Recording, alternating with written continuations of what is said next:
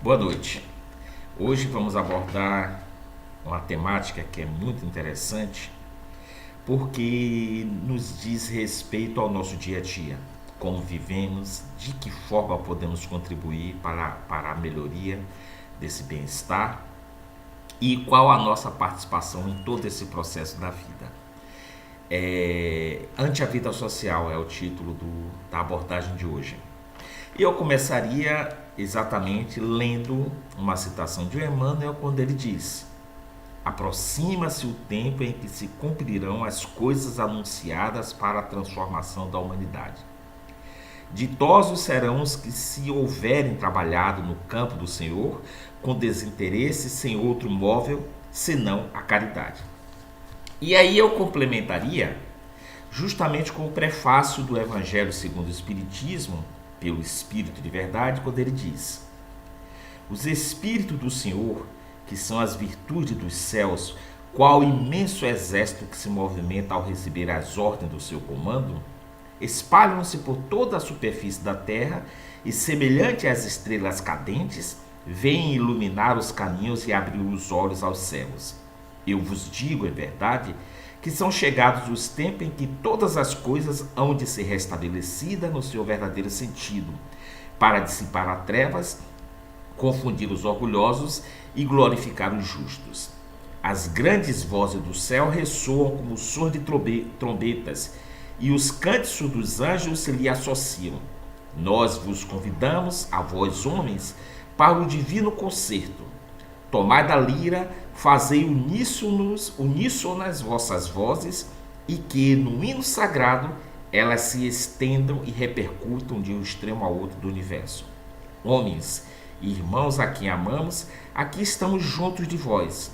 Amai-vos também uns aos outros, e dizei do fundo do coração, fazendo as vontades do Pai que está no céu: Senhor, Senhor, e podereis entrar no reino dos céus. O Espírito de Verdade. Pois bem, na natureza, tudo se intercala. Tudo é uma vida social. Não há seres estanques, não há atividades estanques. Todas se complementam porque todas são importantes. Eu me lembro bem, só fazendo um paralelo, de que na minha adolescência havia uma propaganda na televisão, e ainda as televisões eram, pelo menos onde eu residia, era preto e branco, mas que mostrava uma orquestra. Essa orquestra completa: piano, saxofone, trombones, clarinetes, clarins, violoncelos, oboés, enfim, havia todos os instrumentos de uma orquestra sinfônica. E, entre elas, claro, havia também o triângulo. E o violoncelo, o piano, o violino, as violas, que eram os mais robustos, os que chamam normalmente a atenção pelos seus acordes fortes. E aí nessa propaganda aparecia o violoncelo, o piano e os violinos debochando daquela minúscula figura, o triângulo, e se achando imponentes senhores da orquestra, porque eles eram robustos, chamavam a atenção. E aí aquele triângulo, coitado, ele se sentiu humilhado e foi se afastando e saiu da orquestra, ficou lá no cantinho choramingando, porque ele tinha sido humilhado pelos demais integrantes da orquestra. Bem, aí de repente chega o maestro, coloca todos os instrumentos no lugar e aí começa a fazer, a executar a música que deveria ser apresentada à plateia. E aí quando ele começa a executar a música, em determinado momento ele para, porque ele sente falta de um instrumento. E aí ele procura e descobre o triângulo lá no cantinho, choramingando, humilhado. E aí ele vai, chama o triângulo para compor a orquestra, e aí dá continuidade. E aí qual é a moral da história? Os demais componentes da orquestra, que se sentiam senhores da razão, perceberam que sem aquele minúsculo instrumento, aparentemente insignificante, o triângulo, a música não estaria completa. E a orquestra não poderia se apresentar como deveria ser.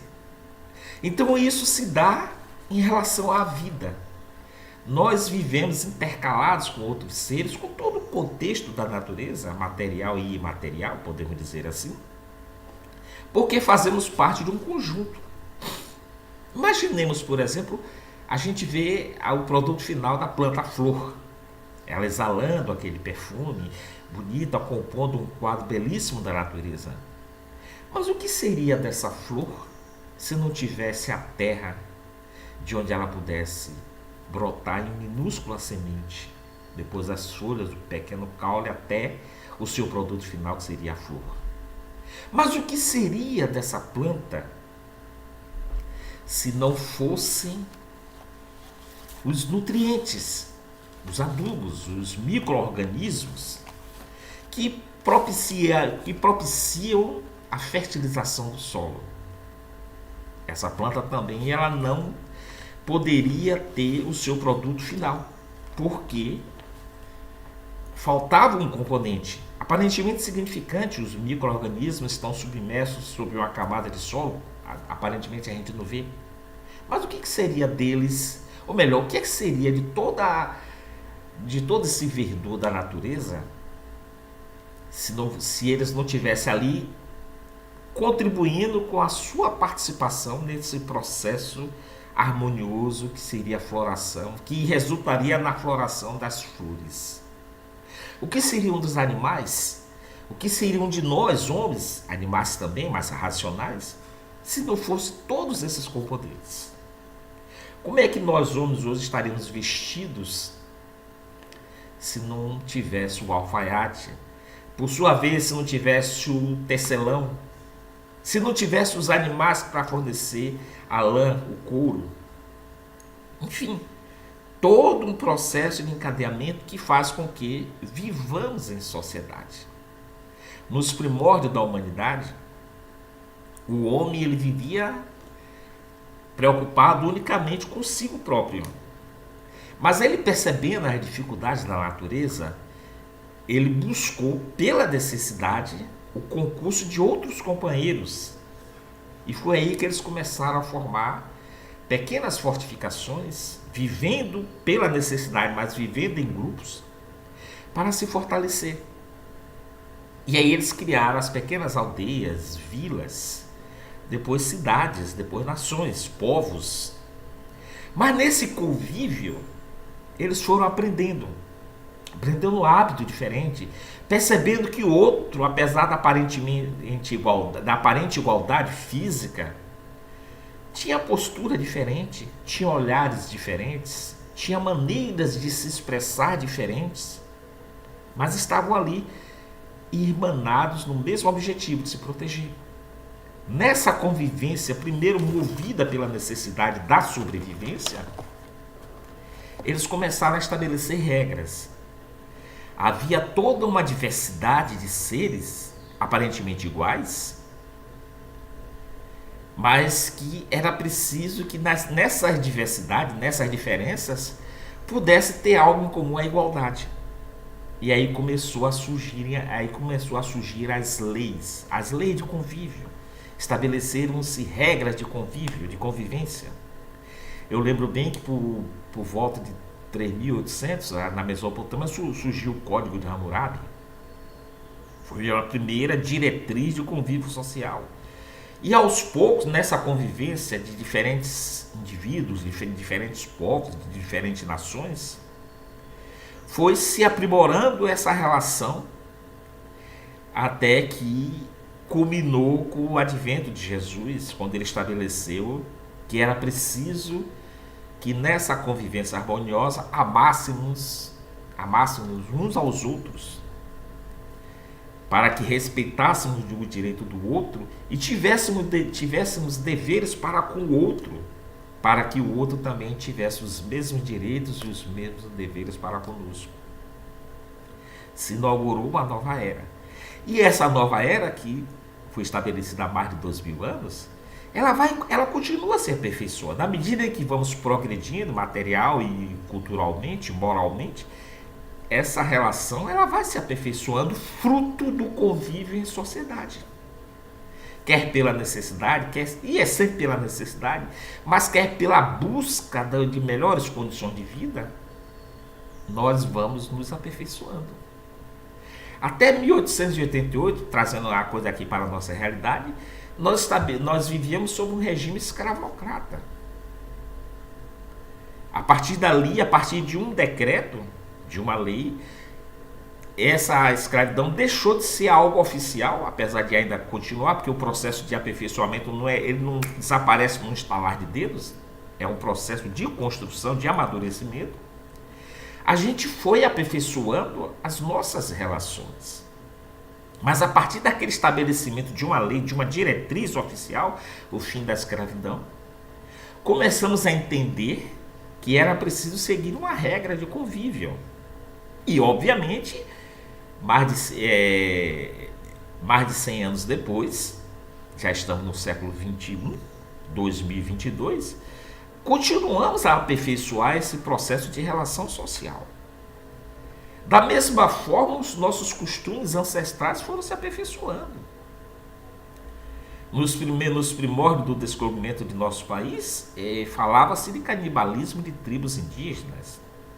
Aquilo foi se modificando a partir de uma inter-relação com os colonizadores, independente do que eles fizeram, das suas diretrizes, porque era um contexto da época. Esse costume, visto como um primitivismo ainda, ele foi aos poucos se esvaindo. Ele foi sendo substituído por novas relações, decorrente do convívio social. Então é mais do que fundamental, necessário, que haja essa relação de convívio social para que troquemos ideias, troquemos experiências, adquiramos conhecimentos do outro e forneçamos os nossos conhecimentos para o outro. É assim que se constrói toda a estrutura da humanidade. O próprio Jesus, naquela manhã ensolarada, quando ele adentrou em Jerusalém, e ele deu de cara com os 3 sacerdotes que ali estavam, né, sempre olhando na vida dos outros para poder criticar. Quando questionado por eles o que é que ele estava ali fazendo, qual foi a resposta de Jesus? Estou à procura de homens de boa vontade, de bom coração, que me ajudem, que colaborem comigo para a construção do reino dos céus aqui na terra. Olhe bem a palavra que Jesus utilizou. Colaborem ou ajudem, que compartilhem, enfim, o significado é o mesmo, mas que participem do processo de construção do reino dos céus aqui na terra. Jesus ali estabelecia a necessidade do convívio social. Era preciso que houvesse interação do alto com nós aqui que vivíamos naquela situação momentânea. Para que a partir dessa inter-relação o progresso se estabelecesse. E aí o que foi que Jesus fez? Para a surpresa daquele sacerdote e de muitos outros, ele saiu à procura e foi visto no dia seguinte nas cercanias de Cafarnaum, procurando aqueles que estivessem aptos naquele momento a auxiliá-lo na implantação do reino dos céus aqui na terra. E o resto da história a gente sabe como é que se deu. Ele foi pensando de um e outro aquelas pessoas, não pela aparência física em si, não pela posse, pelo poder momentâneo que possuíam, mas pelas suas qualidades morais, que seriam aqueles, os seus primeiros seguidores, os seus discípulos, apóstolos mais tarde, que seriam aqueles, as molas mestras do desenvolvimento que estava por acontecer. Aqueles foram os expoentes pensados dentro da humanidade por Jesus, para que pudesse interagir com os demais, sendo referenciais, para o estabelecimento do progresso moral e espiritual que veio a se realizar de uma forma paulatina, né? Enfrentando barreira, dificuldade, mas o amadurecimento dentro de uma realidade que era necessário que houvesse a troca de ideias, nesse caso a troca de experiências do dia a dia com as diretrizes do mundo espiritual, da autoespiritualidade. E foi o que Jesus fez. Repare bem na própria trajetória de Jesus, que em momento algum ele viveu de uma forma insulada, isolada. Mesmo no momento em que ele encontra com João Batista, que o precedeu na divulgação do reino do céu que estava por acontecer? Jesus se submeteu às diretrizes da época e foi batizado nas águas do Rio Jordão por aquele que depois viria a ser o seu, eu poderia dizer assim, o seu admirador, porque ele disse que ele era apenas o arauto da verdade que estava por acontecer, o próprio Jesus. Mas Jesus ali começou um processo de interação. Jesus, quando esteve no templo trocando ideias, para a surpresa dos, não é porque ele ainda era uma criança, com os sacerdotes, ele já começava a estabelecer a inter-relação do alto com o plano terreno. Ele já começava a estabelecer as diretrizes e oferecer as possibilidades para que aquelas pessoas desenvolvessem as potencialidades que estavam adormecidas e que só viriam a ser acordadas quando houvesse essa interação, essa troca de experiência, de ideias, de convívio social. E foi o que ele fez. Mais adiante, depois do seu processo de crucificação, quando ele retornou, a primeira coisa que ele fez, além de reaparecer para os seus seguidores, seus apóstolos, foi estabelecer novas diretrizes. Ele disse: eu estarei sempre contigo. Mas, em outras palavras, a tarefa agora cabe a vocês. Ide aos 4 cantos do mundo e divulgai o meu evangelho. O que é que ele quer dizer? É preciso que interaja não só com esse grupo que está aqui, entre aquele grupo de apostolado, mas estabelecesse essa inter-relação com os demais povos, com todos os povos, oferecendo a todos eles as oportunidades de crescimento, trazendo-os para o convívio social, não se isolando, não ficando numa redoma, numa bolha, e enquanto que o mundo exterior estava lá efervescendo.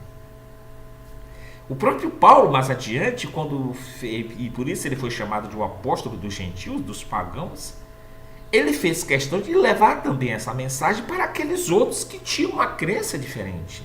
Eram os chamados gentios. Porque se o próprio Cristo disse: levai a minha mensagem aos 4 cantos do mundo, se ele disse que não havia distinção entre os povos, mas sim pelas suas qualidades que fazia com que eles se sobressaíssem, por que deveria segregar aqueles outros que, pelas circunstâncias, digamos até assim, pela própria ignorância do conhecimento, criam de uma forma equivocada? Por que não levar estes à luz também da verdade, à luz do evangelho? E foi o que Paulo fez. E é o que todas as pessoas fazem, todas as pessoas imbuídas de bom sentimento fazem. Quando um cientista ele estabelece uma descoberta, ele não faz essa descoberta para si. Até porque, na maioria das vezes, do plano de vista de reencarnatório, ele nem usufrui dos benefícios dessa descoberta. Ele só vai usufruir numa próxima etapa reencarnatória. Mas eles fazem aquela descoberta para todos. Ele não pesquisa para si. Ele pesquisa em si para os demais, para a humanidade como um todo. E ele não estabelece atos segregacionistas. Não. A descoberta é ampla, é para todos, para que todos possam usufruir, para que a humanidade possa se beneficiar daquela descoberta. Então, o que é que ele diz? O que é que fica bem claro? É mais do que necessário que estabeleçamos o convívio social, as relações sociais, de forma que possamos oferecer a nossa cota de contribuição, porque somos copartícipe desse processo de construção da vida. Não somos meros espectadores. Não ficamos na plateia esperando que aqueles outros, que alguns eleitos, possam oferecer os benefícios e nós apenas usufruirmos. Não, nós também participamos dentro das possibilidades de cada um, oferecendo a nossa cota de contribuição. No Evangelho segundo o Espiritismo, tem no capítulo 25, buscai e achareis. E aí a frase que chama logo a atenção, que ele diz: ajuda-te a ti mesmo, que o céu te ajudará. Está mais do que claro aí, está tão óbvio essa inter-relação, que você diz: não, eu estou fazendo a minha parte, e a vida como um todo, o céu está fazendo a parte dele. Mas essa parte só se completa quando elas se interagem. Então ajuda-te, eu mesmo me ajudo fazendo o que eu posso fazer, e o céu por si só já estará ajudando, me oferecendo as condições para tal. A própria o próprio conceito de reencarnação é o resultado dessa inter-relação, porque oferece a você novas oportunidades e faz com que você, com as experiências já vivenciadas anteriormente, possa contribuir de uma forma mais eficaz, mais aprimorada para o progresso seu e, consequentemente, dos outros. E aí o interessante que diz assim, nesse mesmo capítulo, ele diz: pedi e se vos dará, buscai e achareis, batei à porta e se vos abrirá. O interessante é que é necessário que você peça, porque você só vai receber se você pedir. Se você ficar inerte, de braços cruzados, isolado, insulado em determinado ambiente, como é que, digamos assim, como é que a vida vai saber o que você quer se você não se expõe através do pedido, da rogativa? Então você diz: pedir e se vos dará. E aí ele continua: como é que você vai descobrir como é que você quer que as coisas cheguem até você? Como é que você quer que o progresso aconteça se você não participa? Como é que você vai achar as coisas se você não busca, se você não procura? A gente diz muitas vezes: olha, eu gostaria de ter uma vida melhor. Sim, mas para você ter uma vida melhor é necessário que você faça algo, que você busque os mecanismos para que obtenha uma vida melhor. Então é necessário buscar para poder achar. O progresso ele não chega do nada. O milagre, eu costumo dizer, milagre não existe como um estalar de dedos. Milagre é um processo de construção em que os resultados serão de acordo com as suas realizações. E quanto mais você se esforça, mais você realiza, mais você vai obter resultados melhores. É por isso que ele diz: buscai e acharei. E ele diz: batei a porta que ela vai se abrir. Ela não vai se abrir se você não for lá e bater na porta. Se você não for lá e chamar alguém. Como é que você quer que alguém venha te socorrer se você não grita, se você não chama, não clama? Vai aparecer do nada? Onde é que estaria o mérito das conquistas, dos benefícios da humanidade, se não houvesse a participação daquele que é beneficiado? É por isso que ele diz: buscar e acharei, bater a porta que ela vai se abrir. Ou, em outras palavras, ele diz, é a mesma coisa de: faça a tua parte, que o céu vai te ajudar. E o céu já nos ajuda, a vida já nos ajuda. Quando a gente reencarna, já é o processo da vida atuando em nós, porque está nos oferecendo novas oportunidades para a melhoria de cada um de nós. E como resultado do conjunto da humanidade. Mas para que essa melhoria aconteça, é preciso que você faça a sua parte. Ou seja, que você faça o esforço, que você busque se aprimorar. E aí entra aquela coisa: o progresso, ele é resultado da própria necessidade do homem. Quer seja o progresso moral, quer seja o progresso material. Se nós hoje buscamos, nós hoje podemos viajar para qualquer parte do mundo em potentes aviões, é porque alguém lá atrás, em um conjunto de circunstâncias, possibilitaram a descoberta do avião, da capacidade de um objeto mais pesado que o ar poder voar. Se hoje estabelecemos a comunicação instantânea em qualquer parte do mundo, via internet, via todos os meios eletrônicos, é porque houve um determinado momento da história, dentro de uma série de circunstâncias, que se percebeu a necessidade de se estabelecer comunicações mais rápidas. Quer dizer, na medicina, quando se descobriu a penicilina por Alexander Fleming, foi porque ele percebeu que era preciso estancar ou diminuir o sofrimento daqueles que tinham ferimentos e que muitas vezes morria não pela doença em si, mas pelo agravamento dessa doença por falta de um equipamento, um medicamento que pudesse estancá-la. E aí, através de vários anos de pesquisa, de esforço, de experimento, se descobriu a penicilina, que hoje é a base dos antibióticos. Enfim, e aí vem nós hoje vivemos num período de pandemia, mas o que foi necessário?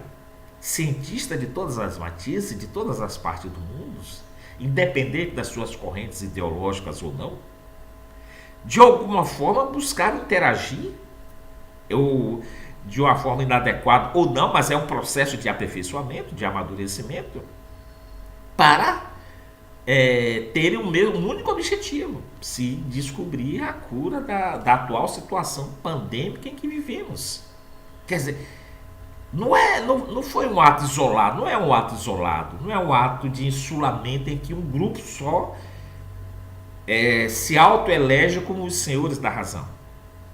Para que essa razão prevaleça, é necessário que haja interação, que haja troca de ideias, que haja o convívio social, que aprendamos a conviver socialmente com o próximo.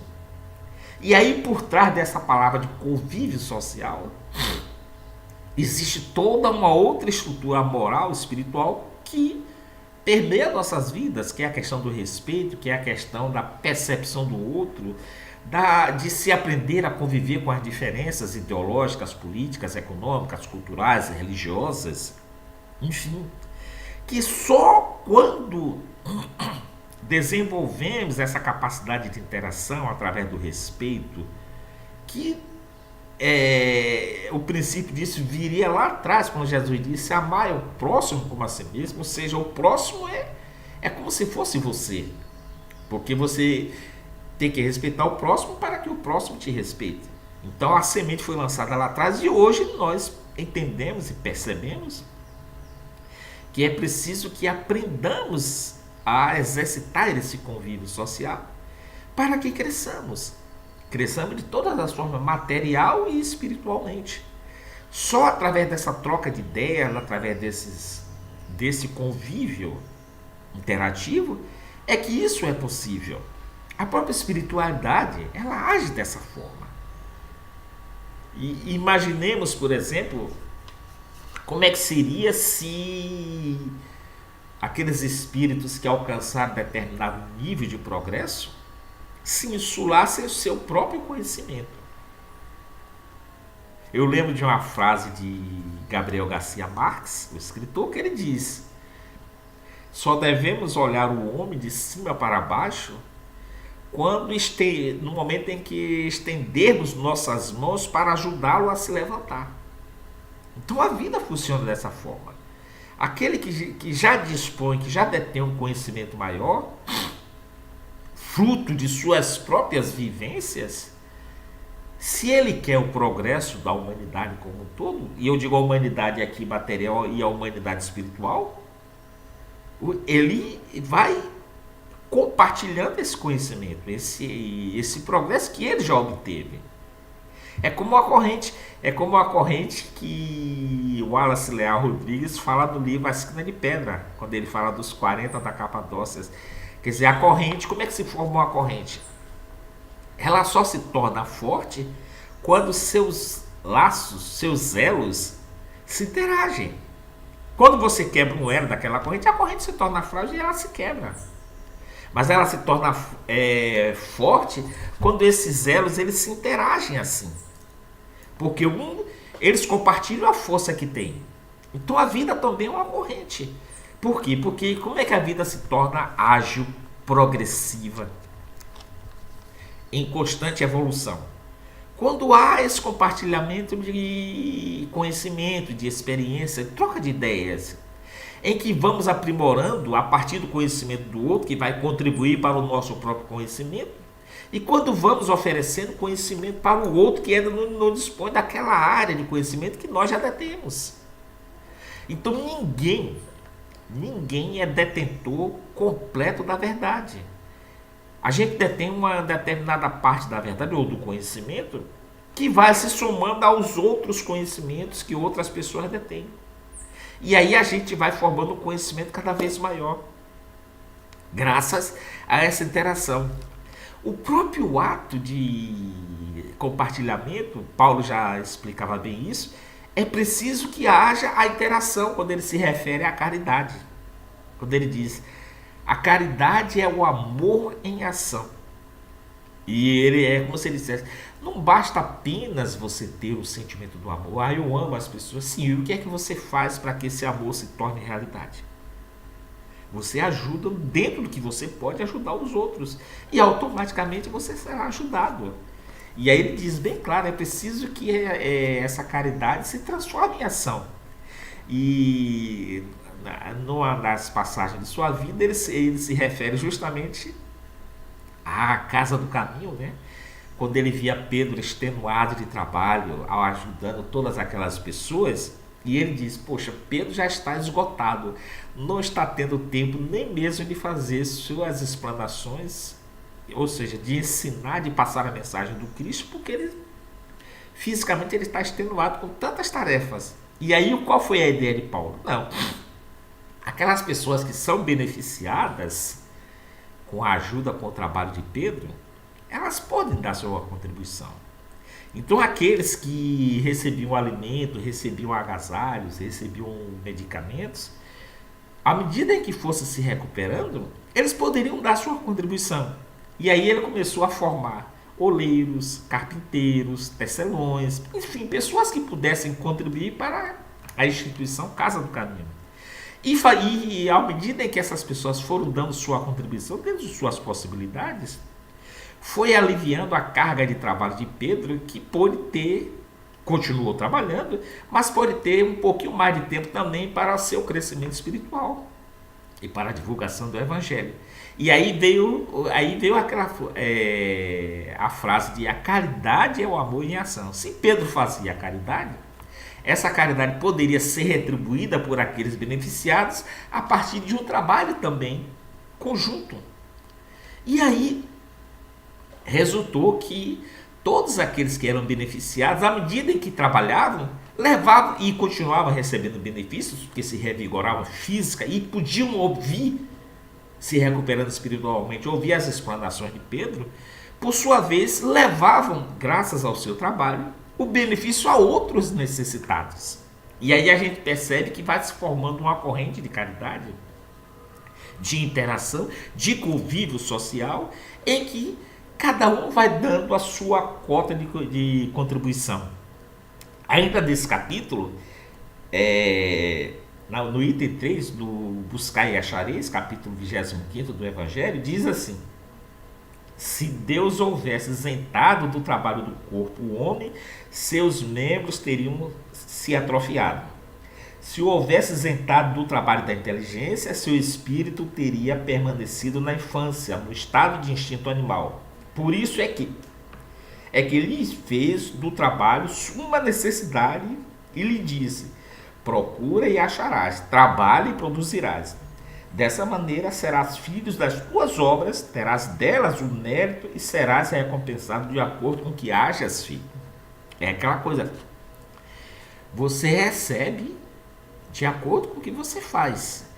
Então nós progredimos de acordo com o que nós realizamos.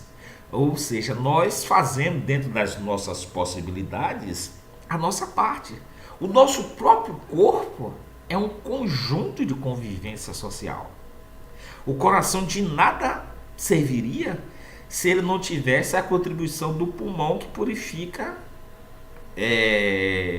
que limpa, digamos, das impurezas o sangue através da oxigenação. O cérebro, por sua vez, não funcionaria se não houvesse a contribuição dos vasos sanguíneos, que por sua vez recebe o sangue que é bombeado pelo coração. Os nossos membros de nada serviriam, as pernas, os braços, se não tivesse a ação dos músculos, que por sua vez são irrigados pelo sangue, que por sua vez passam por todo um processo de filtragem nos rins até chegar ao coração. Então a gente observa que todo o mecanismo do nosso corpo, todas as engrenagens do nosso corpo, elas se interagem. Elas dão de maior ou menor, mas com a mesma importância, a sua contribuição. Então, no momento é como é o da orquestra, no momento que eu tiro uma parte dessa engrenagem, esse corpo ele não vai estar totalmente sadio. Ele pode funcionar como aquela orquestra, ela funcionaria assim um triângulo, mas ela não seria completa. Por quê? Porque cada engrenagem dessa, ela tem uma parte, ela tem uma participação e ela tem uma importância. E nós, como espíritos encarnados, somos uma engrenagem desse processo de construção da vida. Nós somos importantes porque nós somos coparticipantes desse processo de construção. No Livro dos Espíritos, capítulo 7, da Lei de Sociedade, na pergunta 766, diz assim: a vida social está na natureza? E a resposta é: certamente. Deus fez o homem para viver em sociedade. Não lhe deu inutilmente a palavra e todas as outras faculdades necessárias à vida de relação. De que serviria a nossa inteligência se ela se isolasse em nós mesmos? Qual seria a contribuição que essa inteligência teria se eu não tornasse ela algo aplicável para o meu benefício e, consequentemente, o benefício das minhas relações? Tomemos, por exemplo, a questão do convívio social. Quando eu me beneficio, e eu sempre tenho na minha relação alguém, o próximo mais próximo, eu me beneficiando, eu vou beneficiar aquele próximo mais próximo, aquele que é o dileto do meu coração.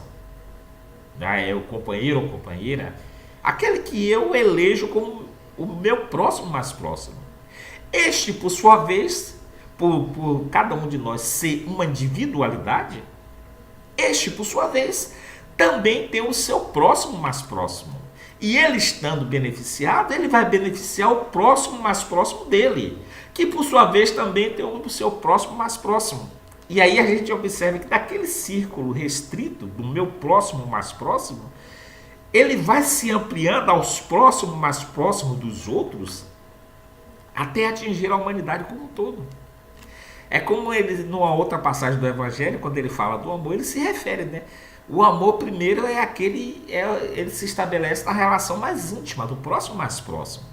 E esse próximo mais próximo, ele vai se ampliando, até chegar o momento em que ele se ampliou de tal forma que até aqueles que você imaginava que seriam os seus desafetos, os inimigos, passam a fazer parte do seu círculo de beneficiados. Ou seja, você vai até amar aqueles que você julgava ser seus inimigos. Porque quanto mais você gera benefícios e você se beneficia, você vai ampliando esse círculo de amorosidade. É como se o comparativo que a gente faz: como é que a gente vai limpar uma bacia de água suja? E se a gente for despejando a água limpa dessa bacia, essa água limpa ela vai aos poucos expulsando a água suja até toda a bacia estar com água limpa. Ela vai substituindo. É um processo de amadurecimento. Então a mesma coisa é um processo de construção dessa relação de amorosidade. É consequência desse amadurecimento, desse convívio, dessa troca de experiência. E aí ainda nesse capítulo ele diz assim: a vida de isolamento, quando ele diz assim, na pergunta 769, concebe que, como princípio geral, a vida social esteja na natureza, mas uma vez que também todos os gostos estão na natureza, por que será condenável o do insulamento absoluto, desde que cause satisfação ao homem? Aí seria a supremacia do egoísmo, né? Não, o que é interessante para mim é o que me faz bem, esquecendo das minhas relações com o outro. E aí ele dá uma resposta: é uma satisfação egoísta. Também há homens que experimentam satisfação na embriaguez. Merece-te isso aprovação? Não podes agradar a Deus uma vida pela qual o homem se condena a não ser útil a ninguém.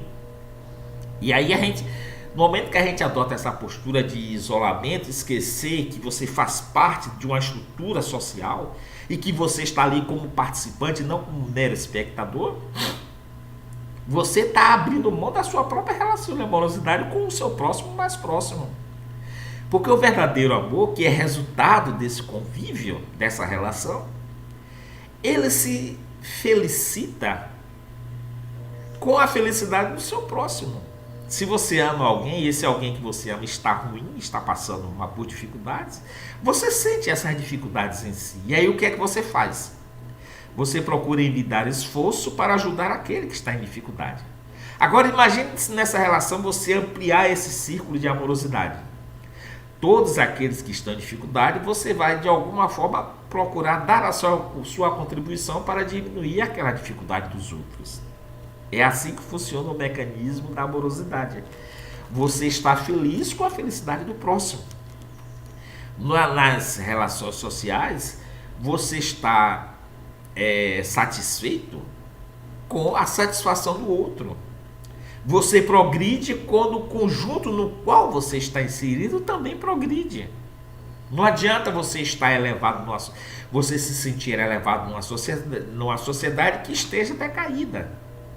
Porque se você não compartilhar essa elevação que você possui, se você não compartilhar esse conhecimento que você detém, se você não compartilhar suas experiências que lhe renderam elevação com aqueles outros que estão em dificuldade, ela de nada lhe servirá. Porque aqueles no qual você faz parte, quer seja os diferentes níveis de afetividade que você detenha, eles vão te influir, porque eles vão te influir nos seus sentimentos, porque você não vai estar feliz vendo a infelicidade do próximo. Você não vai se sentir plenamente realizado quando você vê que muitos outros não têm condições de se realizar. E você não vai se sentir bem quando você perceber que você poderia ou poderá, ou pode, contribuir com o que você já dispõe. E aí vem aquela teoria da corrente. Uma corrente ela só se fortalece quando seus elos estão fortalecidos. Porque se um daqueles elos quebrar, a corrente ela deixa a sua estrutura de união e ela se quebra. Então é preciso que cada um daqueles elos esteja fortalecido para que essa corrente como um todo ela se torne forte. E aí diz mais, só dando continuidade, quando ele diz assim: que pensar dos que fogem do mundo para se voltarem ao mistério de socorrer os desgraçados? Aquela coisa a postura egoística, né? Eu tenho conhecimento, eu sei do que eu posso, ou do que eu conquistei, e eu não vou dividir com ninguém. E aí, qual é a utilidade que essa pessoa teria, que esse espírito teria dentro do conjunto da humanidade? Nenhuma. Porque inclusive ele se esquece que o que ele obteve foi graças ao concurso de outros e de todas as outras circunstâncias exteriores a ele próprio. A gente não evolui sozinho. Obviamente que a gente evolui pelos nossos méritos, mas dentro de um contexto em que há a participação de todo um conjunto da natureza, da vida. Como foi que os apóstolos, os espíritos que nós conhecemos, alçaram voos para a alta espiritualidade? A referência dele maior foi o Mestre Jesus, que estendeu as mãos para todos e disse: vende até a mim, vós que estáis aflitos, em dificuldades, que estáis em sofrimento, que eu vos abrigarei e eu vos auxiliarei. E aí diz em outras frases: mas é necessário que cada um, pelos seus próprios esforços, faça a tua parte, e eu estarei sempre aqui pronto para ajudá-la, para abrigá-la. E observe que essa relação de convívio social é um eterno convite ao crescimento. Como eu disse, a própria vida como um todo é um dinamismo social. Diz assim, como dentro do conceito de conhecimento que o Espiritismo nos diz, o que o Espiritismo nos clareia, a forma de agir, é como se nós fôssemos o fermento dentro de uma engrenagem que é o bolo da vida. Aí diz assim: o Espiritismo é como fermento a que se referia Jesus. Não se afasta dos problemas do homem, isolando-os para se chegar a Deus. E, ao contrário, estimula o convívio como aprendizado e nos chama à responsabilidade dos nossos atos como seres coparticipantes do processo de evolução do mundo. Observe bem, e aí eu insisto em dizer isso sempre. Jesus, com todo o conhecimento que dispunha, em momento algum ele se isolou do convívio social. Mesmo naqueles momentos em que ele era testado pelos hipócritas, pelos fariseus, quando um deles ofereceu uma moeda com efígie de César e perguntou o que é que ele achava daquilo, foi o que Jesus disse. É como se ele dissesse assim: eu estou num contexto social. Dai a César o que é de César, a Deus o que é de Deus. Ou seja, ele poderia dizer: não, eu vou viver unicamente a vida espiritual. Não. Ele fez questão de respeitar o contexto em que ele estava inserido, dai a César o que é de César, de conviver com as agruras do homem da época, mas mantendo a sua integridade espiritual. Mas principalmente compartilhando essa integridade espiritual com os demais. Quando ele dizia que meu reino não é deste mundo, ele oferecia a todos nós a possibilidade de alcançar esse reino que não era deste mundo. Porque era um reino de amor, era um reino de harmonia, era um reino onde não cabia o egoísmo, as iniquidades. Mas aí o que é que ele diz? Mas é preciso que cada um, e aí são várias as passagens que ele diz, é preciso que cada um, além de fazer a tua parte, se vista das credenciais necessárias para poder participar desse reino. A parábola do fichinho de núpcias.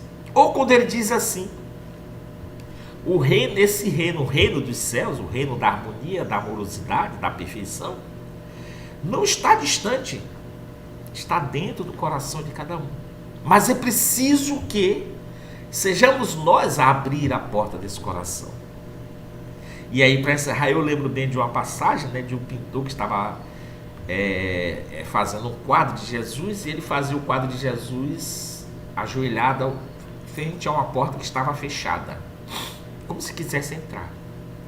E aí apresentou esse quadro para a plateia, e alguém na plateia disse: mas há alguma coisa errada, porque aí aparece o mestre à porta, e essa porta não tem maçaneta, como é que Jesus vai entrar?